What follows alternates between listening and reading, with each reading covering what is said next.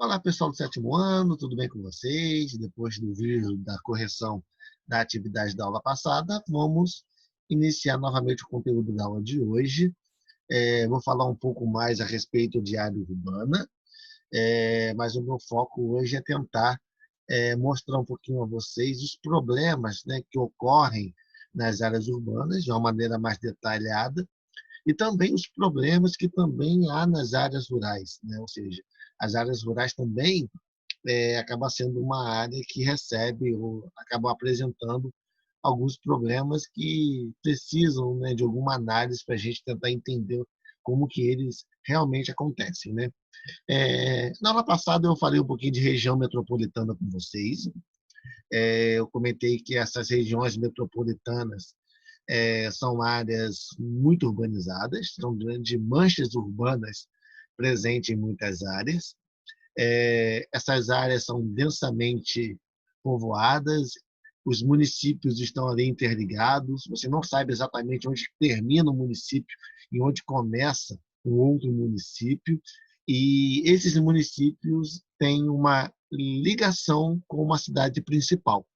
Então, isso acaba surgindo ali uma área, uma região metropolitana, né? Então, você tem ali uma série de elementos que acabam gerando esses núcleos urbanos relacionados a alguns problemas que acabam ocorrendo nele, né?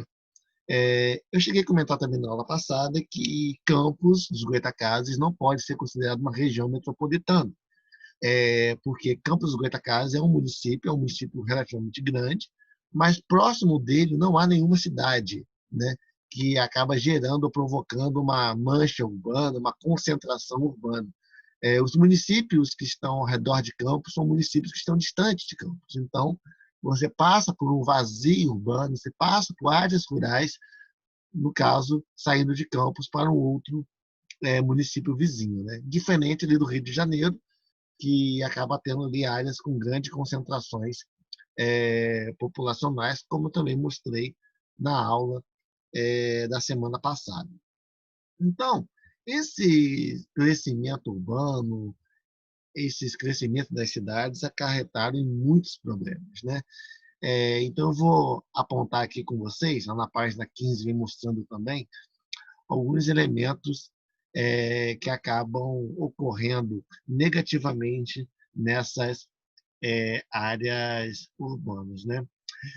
Pessoal, um dos elementos que acabam gerando impacto negativo nas áreas urbanas são fatores relacionados à própria presença da população e que muitas vezes esse crescimento desordenado acaba impedindo que os órgãos públicos tomem ali medidas para tentar dar uma assistência a toda essa população.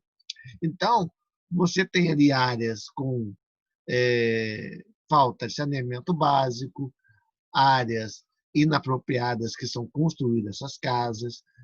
Aí você acaba tendo também problemas na área da educação, problemas na área da saúde, problemas de segurança pública. Então, esses elementos acabam ficando precários nessas zonas urbanas e o poder público muitas vezes se omite para resolver os problemas ou muitas vezes não tem condições de resolver o problema. Tá? Quando eu falo ter condições de resolver o problema, eu digo que tem muitas áreas de uma determinada cidade que o poder público não pode nem entrar, né? Principalmente relacionada à violência, ao tráfico de drogas, nessas áreas com maior índices de, de violência. Então, esses problemas acabam ficando evidentes nessas áreas urbanas. Além disso, nós temos também nas áreas urbanas problemas relacionados a pessoas morando em áreas indevidas, tanto em áreas próximas de rios, em costas de morro, ou até mesmo na própria rua, né? Ou seja, é uma pessoa que não tem uma casa, não tem ali uma condição de comprar, ter um lar. E além disso, essas áreas urbanas acabam acarretando outros problemas, como, por exemplo, poluição, acúmulo de lixo, né?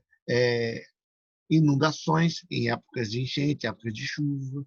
Então, esses fatores acabam levando a essas áreas urbanas a problemas que muitas vezes não são devidamente solucionados. As áreas rurais, elas também acabam tendo problemas. As áreas rurais também geram situações que prejudicam principalmente o meio ambiente. Um dos elementos que nós podemos citar em relação à área rural é tentar expandir as áreas agropecuárias. Então, para você tentar expandir as áreas agropecuárias, você acaba tendo ali desmatamento, você acabam tendo em muitas áreas queimadas, e esses fatores prejudicam bastante o meio natural. Fora isso, podemos citar também o uso de agrotóxicos. Esses usos dos agrotóxicos gera problemas no solo. Esse agrotóxico acaba gerando problemas na água dos rios, porque esse agrotóxico ele infiltra no solo, ele atinge o lençol freático, e esse lençol freático tem ligações diretas com a água desses rios. Então, essas práticas, muitas vezes indevidas, com o uso de fertilizantes químicos, adubos químicos, agrotóxicos, acabam contaminando o solo, a água dos rios, a água subterrânea, e acabam, de certa forma, gerando problemas para a própria população. Podemos citar também problemas nas áreas rurais, a questão da erosão do solo, que é comum, né, na área rural. Quando você tira ali uma vegetação de uma maneira indevida, essa vegetação ela segura o solo, ela deixa o solo mais firme. Sem a vegetação, a intensidade da chuva gera ali crateras, geram ali problemas que acabam prejudicando essa área, podendo até, de certa forma, não ser acessível para desenvolver uma atividade agrícola. Então, são elementos que acabam gerando problemas ali nas áreas rurais. E aqui, logo na página 16, vem mostrando também, mais uma vez, problemas nas áreas urbanas, como eu falei anteriormente. A questão da, da emissão de gases poluentes, a questão relacionada ao lixo, esgoto sendo lançado de uma maneira indevida nesses rios, e muitos desses rios acabam cortando muitas cidades, e esses elementos podem gerar, inclusive, a chuva ácida. Então, a poluição em excesso acabam ficando presente no ar, e quando chove, leva à formação dessas chuvas ácidas. Então, são fatores que acabam atrapalhando e prejudicando o solo, prejudicando o ar, prejudicando a vida das pessoas de maneira muito intensa. Okay? Aqui nós temos as atividades que nós já fizemos, vou mandar outras para vocês. E um pouquinho mais abaixo vem falando de PIB, se eu não me engano. Deixa eu chegar aqui na página correta. Está aqui, página 21. Aí sim, falando de PIB, Produto Interno Bruto, que é um outro assunto que nós já começamos a debater, que é a atividade industrial brasileira. Vale destacar que o Brasil, hoje, se encontra entre as 10 maiores economias do mundo. Essa condição econômica do Brasil está diretamente relacionada à produção agropecuária, à exploração de recursos minerais e também ao seu desenvolvimento industrial. Vale destacar que o Brasil ele é considerado um país emergente, ou seja, um país emergente é aquele país que tem muitos problemas econômicos, tem muitos problemas sociais, e esses problemas estão evidentes no nosso dia a dia, mas o Brasil ele é forte economicamente em termos industriais. Muitas empresas se instalaram aqui ao longo do tempo, fortalecendo a economia brasileira, ok? E Vamos tentar entender um pouquinho a questão do PIB. O PIB é chamado de Produto Interno Bruto, relacionado a todo bens e serviços, ou seja, toda a riqueza produzida pela indústria do país, pelo extrativismo e pela agropecuária. E também podemos citar os setores de serviços, como comércio, transporte, comunicação, entre outros.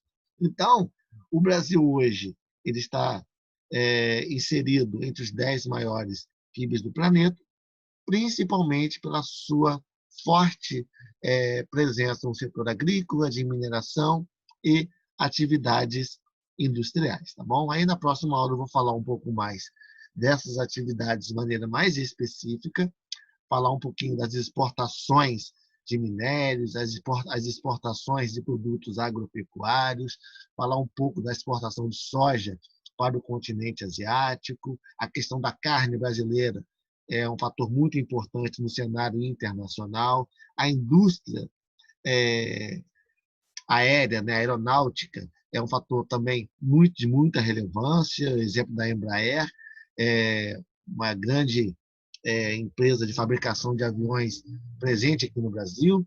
Então, esses elementos eu vou debater com vocês na próxima aula para vocês compreenderem melhor a questão do PIB no território brasileiro, ok? Obrigado pela atenção de vocês e até a nossa próxima aula, ok, Sétimo ano? Um abraço para todos.